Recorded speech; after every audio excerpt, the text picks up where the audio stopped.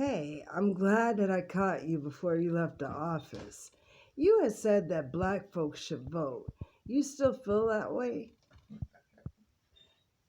Absolutely. I mean, think about it. I'm gonna give you an example, right? Because a lot of times people think that listening to stars or celebrities and all these people telling you, well, your vote is not gonna count. These people claiming that they're conscious or that they are woke, telling you it's not gonna do any good. Well, listen, in my state, the governor, the guy that I voted for, right? He uh he passed some laws recently that directly benefited me. Hmm? I owed some fines and my license was suspended. I was disputing those fines because I felt I didn't owe them, right? And so what happens next? Hmm. They suspend my license. But guess what? The governor that I voted for said that it was from now on that because someone owes fine, money, or debt, you can't suspend their license. Guess what? My license was reinstated. And I saved thousands of dollars, didn't even have to go to court or nothing. Done. Why? Because the guy I voted for did that. See? He also enacted a legislation that says that you have to bring Black history back into the public school system in my state. He's donating millions of dollars to HBCUs. I mean, you name it, this guy's doing it. So I cast my vote for the right guy, and it's benefited me and my family. And that's all you got to do. So you got, and you also got to look on the ballot every time a state or federal election comes up.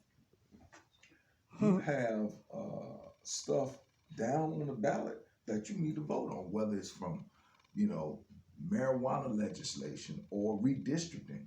If you don't stand up and vote for it, they're gonna go ahead and pass it without you, and then you ain't gonna have no say so when you could have.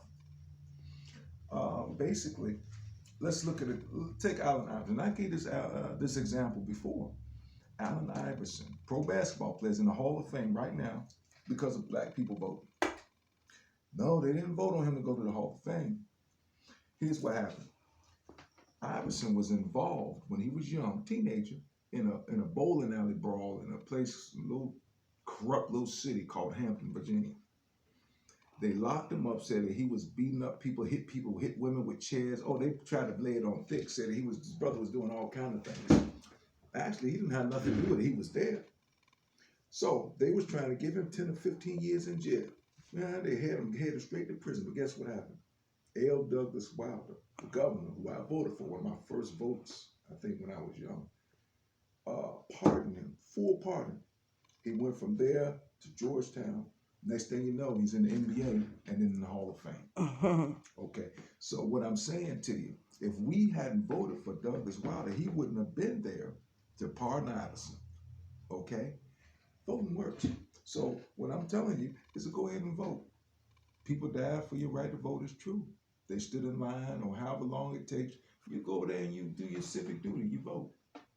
Okay? It's going to help you. You vote for the guy that you think is going to benefit you most.